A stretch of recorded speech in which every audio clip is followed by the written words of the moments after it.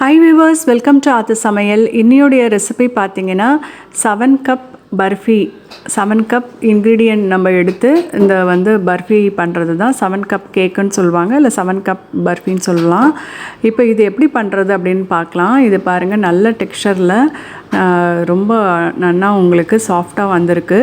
இதுக்கு முக்கியமான இன்க்ரீடியன்ட் நான் ஒன்றும் சேர்க்கலை. அது என்னென்னு பார்த்தீங்கன்னா, நெய் சேர்க்காமல் வெறும் நம்மளுடைய குக்கிங் ஆயில் வச்சு நான் பண்ணியிருக்கேன்.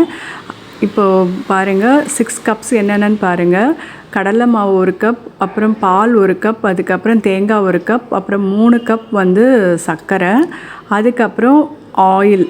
அவ்வளோதான் நான் எடுத்திருக்கேன்.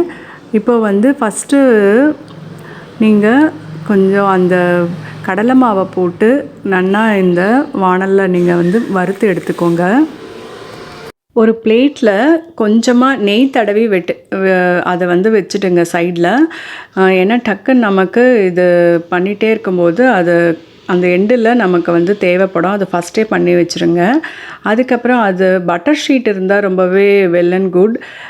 ஏன்னா நம்ம நெய் அதிகமாக சேர்க்கலை இல்லையா, இதில் நெய்யே சேர்க்கலை, ஆயிலில் தான் பண்ணுறதுனால கொஞ்சம் ஒட்டுற தன்மை இருக்கும். அந்த பட்டர் ஷீட் போட்டிங்கன்னா உங்களுக்கு ஒட்டாமல் நல்லா உங்களுக்கு கட் பண்ணி எடுக்கிறதுக்கு உங்களுக்கு வரும். இப்போ தேங்காய் போட்டு நல்லா அதுவும் நல்லா கொஞ்சம் நேரம் ஃப்ரை பண்ணிக்கோங்க. அதுக்கப்புறம் அந்த ட்ரையான பொருட்கள்லாம் ஃபஸ்ட்டு என்னென்னன்றதை போட்டுட்டு அப்புறம் லிக்விடு இருக்கிறத நம்ம சேர்த்துட்டுலாம். இப்போ 3 கப் சர்க்கரை நான் சேர்க்குறேன். ஒரு சிலர் அந்த 3 கப் சர்க்கரைக்கு 2 கப் சேர்த்துட்டு இன்னொரு 1 கப் நட்ஸ் ஏதாவது சேர்த்துப்பாங்க. அது நம்மளுடைய விருப்பம்தான். நீங்கள் ஒரு தடவை இந்த மாதிரி பண்ணி பாருங்கள். அதுக்கப்புறம் இன்னொன்று நான் சொன்ன மாதிரி அந்த நட்ஸ் போட்டு ஒரு தடவை இந்த சுகர் கம்மி பண்ணி 1 கப் நீங்கள் அதை சேர்த்து நீங்கள் பண்ணி பாருங்கள். இப்போ அடுத்து அந்த லிக்விட் ஐட்டம்ஸ் நம்ம ஆட் பண்ணியிருக்கோம். இது ரொம்ப ஈஸி தான். என்ன ஒன்று நமக்கு கொஞ்சம் நம்ம கலர்ண்டே இருக்கணும், அதுதான்.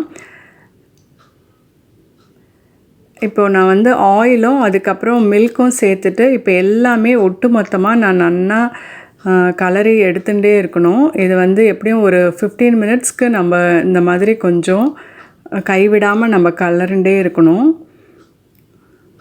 இப்போ நடுவில் உங்களுக்கு தெரியறது தேங்காய் தான். இது டேஸ்டியாக கொஞ்சம் நல்லா இருக்கும். ஆனால் டேஸ்ட் பார்த்திங்கன்னா கொஞ்சம் மைசூர் பாக், நெய் மைசூர் பாக் இருக்குது இல்லையா, அந்த மாதிரி டேஸ்ட்டு தான் உங்களுக்கு கொடுக்கும். ஆனால் இந்த தேங்காய் இதெல்லாம் போட்டதுனால இன்னும் கொஞ்சம் வித்தியாசமாக ரொம்ப ஈஸி. மைசூர் பாக்கை விட கொஞ்சம் நல்லா ஈஸியாகவே இருக்கும். இப்போ பாருங்கள், நல்லா கெட்டித்தன்மை வர்றது.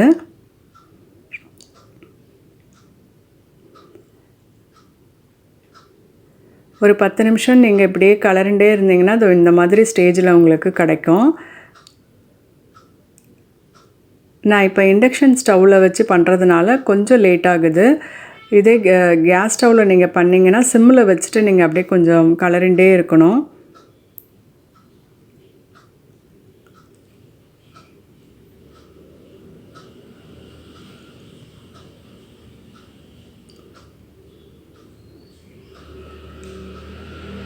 இப்போ இது பார்த்திங்கன்னா நல்லாவே கெட்டித்தன்மை வர்றது.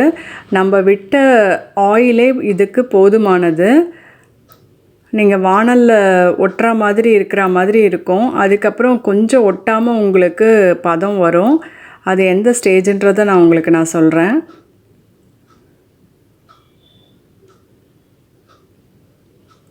இது ஈஸியான ஸ்வீட் ரெசிபி. இது பிகினர்ஸ் கூட இதை ஈஸியாக பண்ணலாம். மைசூர் பாக் தான் ஒரு சிலருக்கு கொஞ்சம் டிஃபிகல்ட்டாக இருக்க மாதிரி இருக்கும். பட் இது ரொம்ப ஈஸியான ஸ்வீட் ரெசிபி. எல்லாமே ஒன்றா விட்டு நம்ம அப்படியே நம்ம மிக்ஸ் பண்ணி எடுக்க வேண்டியது தான்.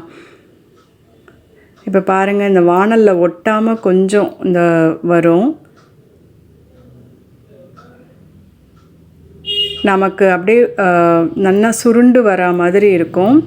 எல்லாமே ஆல்டுகெதர் நல்லா ஒன்றா சேர்ந்து வரா மாதிரி இருக்கும். அப்போ அந்த ஸ்டேஜில் நீங்கள் ஆஃப் பண்ணிவிட்டு நீங்கள் விட்டுடலாம்.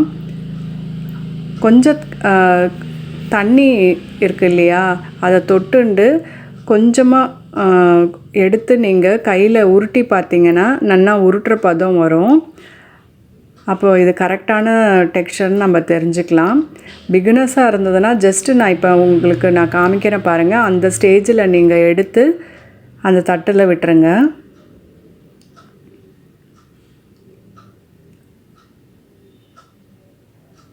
எல்லாமே சேர்ந்து வரணும்.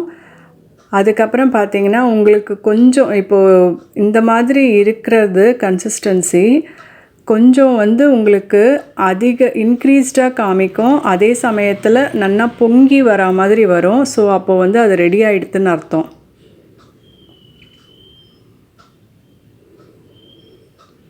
ஆனால் இது கொஞ்சம் நேரம் நீங்கள் கை விடாமல் பண்ணிகிட்டே இருக்கணும். கொஞ்சம் நேரம் கூட விடக்கூடாது.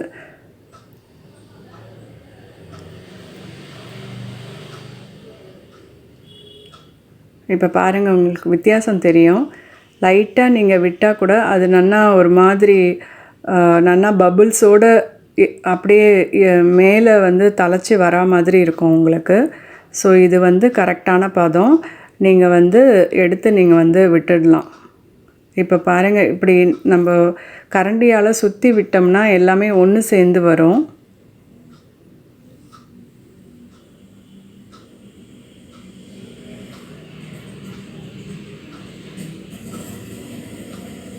ஸோ இதுதான் உங்களுக்கு பதம். இப்போ இது ரெடி ஆகிடுத்து.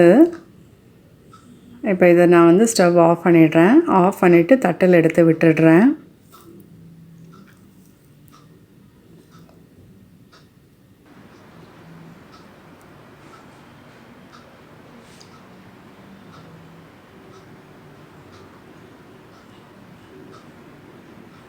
இப்போ பாருங்கள், இந்த தட்டில் இப்போ நல்லா உங்களுக்கு ஆயில் கரெக்டாக இருந்ததுன்னா மேலே உங்களுக்கு இந்த மாதிரி நல்லா சரிசமமாக இருக்கிற மாதிரி இருக்கும்.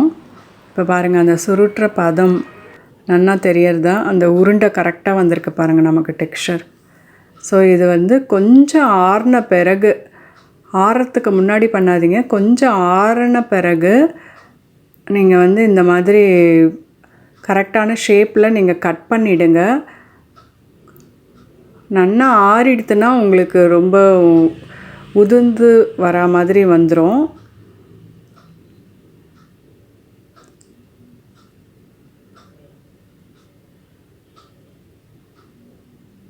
நான் அந்த பீஸா கட்டர் வச்சு நாங்கள் கட் பண்ணுறேன். நீங்கள் நைஃப் வச்சே நீங்கள் கட் பண்ணிடலாம்.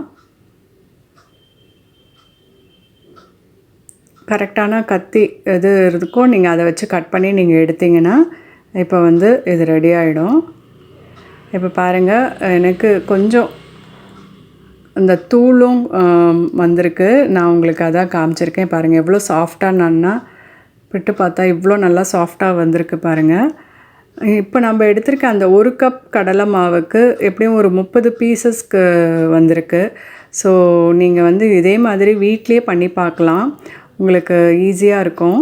நெக்ஸ்ட் வீடியோவில் சந்திக்கிறேன். Thank you very much.